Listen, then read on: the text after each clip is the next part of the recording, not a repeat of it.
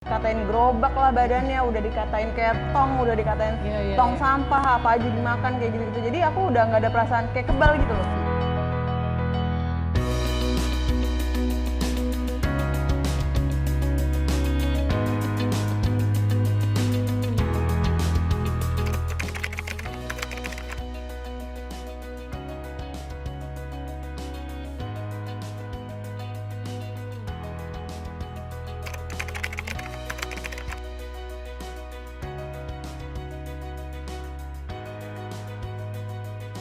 Halo Getter, selamat datang lagi bersama saya Rizal Febriansyah dalam program Angkat Bicara. Berani angkat, bicara di sini. Nah, kita hari ini mau ada pembahasan yang berbeda nih. Kita mau bahas tentang topik-topik yang memang sekarang lagi hangat juga di Twitter viral, di Instagram banyak, di berita-berita banyak, itu tentang bullying. Nah, saya tentu seperti biasa nggak sendirian, saya ngobrol sama Nabila. Halo Nabila. Hai.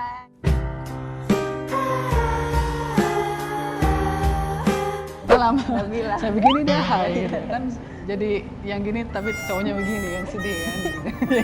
Cowok begini. Nabila ini dulu dia korban bullying juga.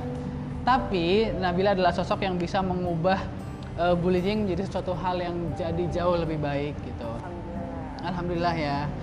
Nah, sebelum kita ngobrol ke pribadi Nabila, kita tanya-tanya tentang bullying pada umumnya dulu kali ya. Kita sharing aja, kita ngobrol aja. Menurut Nabila, fenomena bullying saat ini tuh gimana sih kalau boleh tahu? Kalau bullying sekarang makin kesini tuh semakin parah sih sebenarnya. Yeah. Jadi itu nggak cuman main dari omongan aja, tapi udah mulai nyerang ke fisik juga, dan itu udah mulai nyakitin psikis seseorang juga, dan nggak cuman ngerugiin si korban, tapi juga ngerugiin si keluarganya juga. Bahkan kayak berita-berita yang baru kemarin itu kan ada sampai yang hampir cacat mental, masuk rumah sakit, terus juga ada yang hampir bunuh diri, bahkan udah ada yang sampai bunuh diri gitu kan. Dan itu udah kejadian dari SD, SMP gitu loh, dan si korban ini tuh biasanya pasti ada rasa traumatik tersendiri sih. Jadi mungkin dia udah mendem dari lama gitu kan, udah jadi korban bully lama, terus sampai akhirnya dia gede dan baru diluapin, dan itu bisa nyakitin dirinya dia sendiri gitu sih. Bahkan ya berbicara tadi yang kita tarik dari yang pertama itu, ya efek terburuk dari bullying sekarang tuh ya orang bisa bunuh diri. Iya, gitu, orang sampai punya kayak dia nggak bisa cerita sama orang tuanya, dia nggak punya lahan untuk curhat. Kadang juga dia curhat malah ya paling segitu doang, kalau nggak itu nggak seberapa segala macam. Dia nggak bisa luapin itu, dan akhirnya dia milih kayak ya udahlah, nggak ada yang dukung gue juga, jadi gue mendingan bunuh diri. Kayak gitu sih yang lebih parah. Dan yang lebih menyedihkan lagi adalah ketika ada seseorang dibully itu karena perkara fisik. Nah, contohnya adalah Nabila. Aku sendiri. Nabila sendiri. Boleh diceritakan ke teman-teman semua dulu itu ngalami bullying itu seperti apa sih?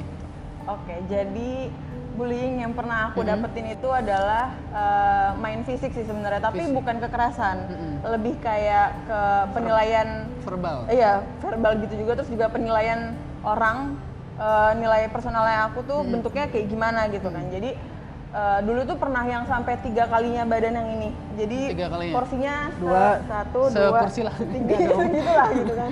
Pokoknya nggak segini lah gitu. Sampai akhirnya tuh bisa segede itu karena memang dari dulu tuh punya turunan untuk obesitas sih sebenarnya. Memang punya turunan. Punya turunan juga gitu. Sampai akhirnya orang-orang tuh mulai nih masuk ke kuping itu dari zaman-zaman SMA gitu. Terus juga udah mulai suka sama orang segala macam. Terus ada suka sama si A, aku suka, dia juga suka gitu. Jadinya aku ngerasa tersaingi juga sama si dia gitu kan. Terus orang-orang tuh mulutnya yang udah kayak yalah badan kayak, maaf ya, misalnya gajah, binatang, terus binatang lainnya kayak badak, babi, kayak gitu-gitu kayak lu tuh nggak ada apa-apanya, maksudnya gitu loh. Jadi orang tuh ngomong kayak lu tuh sama dia, lu nggak ada apa-apanya gitu. Itu sering banget kayak gitu. Terus kayak di cemoohnya tuh kayak lu pergi kayak nggak ada pakaian lain aja gitu loh. Kalau dulu kan zaman SMA pergi bareng-bareng ke mall gitu-gitu. Aku kan nggak bisa gaya karena dulu porsinya nggak ada bajunya kayak gitu kan. Ya memang kayak, punya limitasi tersendiri. Gitu kan. Terus kadang juga jadi jahit sendiri sih, gara-gara segitunya. Gara-gara sekarang kayak gini. Gara-gara emang karena gede banget gitu kan. Terus sampai juga ada yang pantesan nggak punya pacar, mana ada yang mau kayak gitu loh. Jadi sampai kayak nyerang psikis juga kayak oh ya berarti karena gue kayak gini kali ya jadi gue nggak punya pacar. Oh jadi karena apa namanya bentuk gue kayak gini kali ya jadi cowok nggak ada yang nengok gitu. Sedangkan aku udah mulai naksir orang gitu kan. Terus saat teman-teman ngebully, saat lingkungan melecehkan atau dalam istilahnya mendiskreditkan lah gitu, sesakit apa sih yang kamu rasain gitu? Sakitnya tuh karena awalnya udah biasa. Awalnya kan aku udah biasa nih denger orang ngomong kayak gajah lah, kayak badak lah. Jadi ketika ketemu sama orang baru yang dia juga bilang kayak gajah, aku udah nggak ada rasa sakit hati dari dia gitu. Karena aku udah biasa dikatain lebih parah juga, udah kayak dikatain gerobak lah badannya, udah dikatain kayak tong, udah dikatain tong sampah, apa aja dimakan kayak gitu-gitu. Jadi aku udah nggak ada perasaan kayak kebal gitu loh. Kayak makin lama makin kebal gitu. Tapi pas ketika ada yang bener-bener main fisiknya sampai ngatainnya parah gitu, itu sakitnya sampai kayak nangis. Terus nggak keluar kamar, nggak mau, maksudnya bete di rumah tuh nggak mau ketemu sama orang, terus suka kayak banting-banting pintu, nggak mau dihubungin, terus juga, tapi aku nggak ngelukain diri sendiri ya, nggak yang nyilet, nggak yang ngapa-ngapain gitu, tapi ya gitu sih lebih kayak ke introspeksi diri di dalam kamar. Dampak terburuk yang kamu rasain adalah ya, maksudnya yang kamu lakukan tuh ngurung diri, nggak mau ketemu temen, segitunya. Kayak ya udah mungkin gak ada yang mau temenan kali sama aku ya gitu.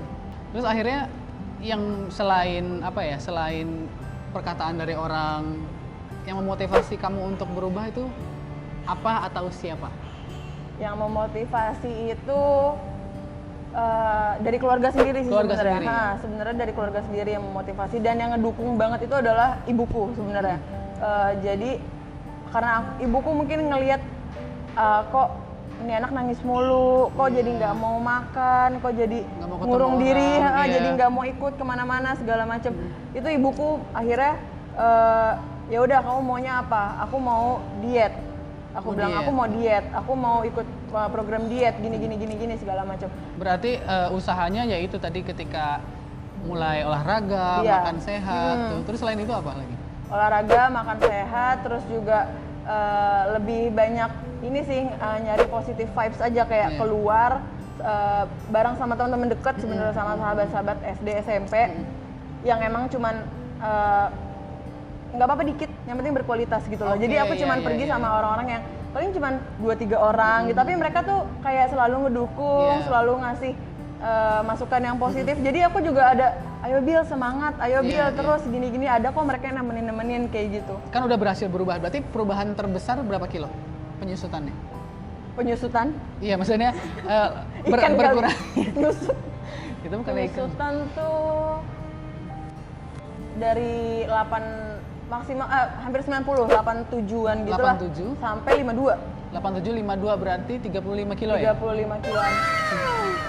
1,5 tahun? Iya, 1,5 tahun. Itu dari XXL ya? Bajunya? XXL sampai S. Sampai XXL ke S.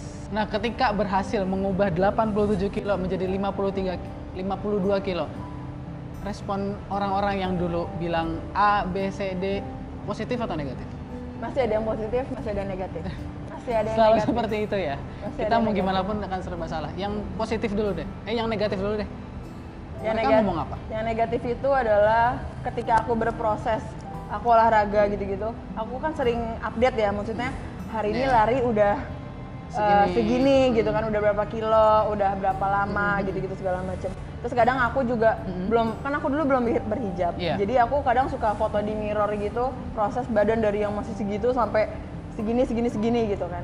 Terus orang tuh selalu yang kayak ngomong, ngapain sih pamer badan masih kayak gendut kayak gitu gitu loh. Iya maksudnya ya nggak apa-apa, cuman maksud gue lo compare sama gue yang kemarin, jangan ngelihat gue hari ini update itu. Maksud aku tuh gitu kayak kok udah segini Bil, aku lebih suka gitu, gila Bil udah segini, ya Allah Bil udah kempes misalnya kayak gitu.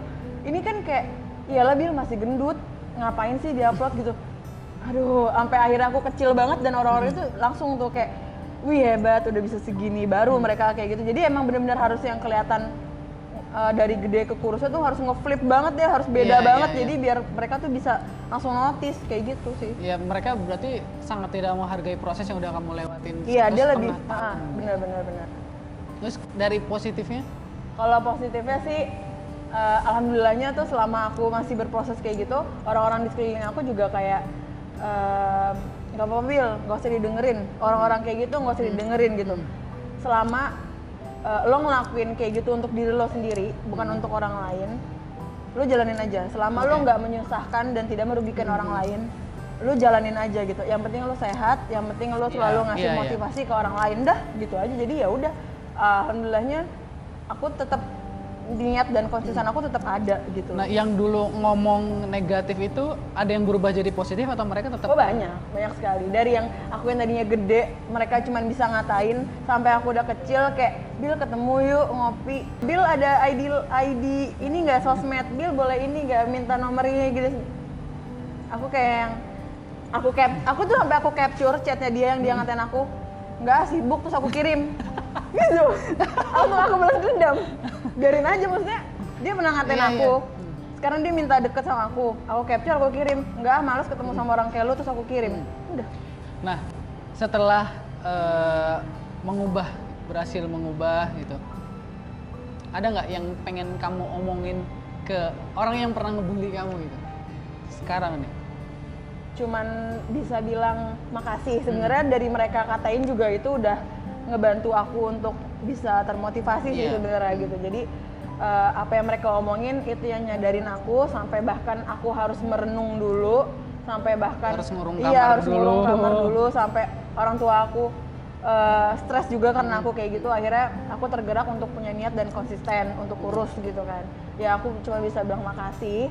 Terus juga please stop untuk kayak gitu ke orang lain, karena aku segini pun kita ngubah diri kita ini bukan buat kalian gitu loh. Gua ngubah diri gua kayak gini buat gua. Bahkan sekelas Tara Basro, itu dapat bulian. Tara Basro loh dibully, cuman perkara badannya. Tara Basro juga update fotonya dia, upload fotonya dia di sosmed yang cuman ya topless gitu kan, kayak dia mengkampanyekan orang-orang wanita-wanita gitu untuk lo harus cinta sama diri lo sendiri, bagaimanapun bentuk tubuh lo gitu. Sampai dia bikin story-nya itu kayak, ayo dong lo upload foto lo dengan kepercayaan diri lo, bagaimana bentuk tubuh lo, upload dan mention ke gue gitu kan. Dan aku tuh ngeliatnya kayak, wow, dia tuh mendukung segitunya gitu. Dan aku nggak ngerti sama pemikiran netizen plus 62 ini yang mikir kayak sekelas Tara Basro aja nggak sempurna gitu loh. Kayak lo yang komen tuh sempurna apa sih? Hah? Gitu loh kayak, keluar. Terus terakhir deh, di luar sana kan ya, maksudnya Nabila sebagai salah satu orang yang beruntung yang berhasil mengubah bulian menjadi hal yang lebih positif, hal jadi lebih baik. Tapi di luar sana banyak orang yang mungkin tidak seperti kamu gitu. Ada orang yang sangat susah, ada orang yang udah terlanjur down dan lebih nekat nyilet bunuh diri gitu. Untuk orang di luar sana yang mengalami mungkin jauh lebih parah daripada Nabila, atau juga ada yang tidak separah Nabila tapi merasa lebih down gitu, apa yang ingin kamu sampaikan kepada mereka? Maksudnya kuncinya sebenarnya sabar aja. Kalau kayak gitu sabar aja, dan kalian harus punya lahan untuk cerita. Kalian jangan pernah takut untuk cerita.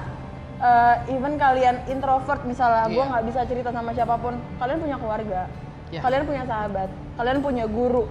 Jadi kalian harus telling ke mereka apa yang kalian rasain, dan semoga mereka bisa bantu gitu loh. Terus juga kalau emang kalian udah nggak kuat, caranya adalah bukan dengan merugikan diri sendiri. Kalian cukup nggak peduli aja sama mereka. Kalian cuma tinggal bilang, kamu kayak gini hidup bahagia gitu loh. Kamu sekarang hidup kayak gini pun bahagia. Bukan mereka yang bikin kamu bahagia gitu. Jadi kamu harus bahagia dengan cara kamu sendiri gitu aja. Jadi langsung cari tempat bercerita, dan tempat bercerita yang paling baik adalah sebenarnya keluarga. Iya benar.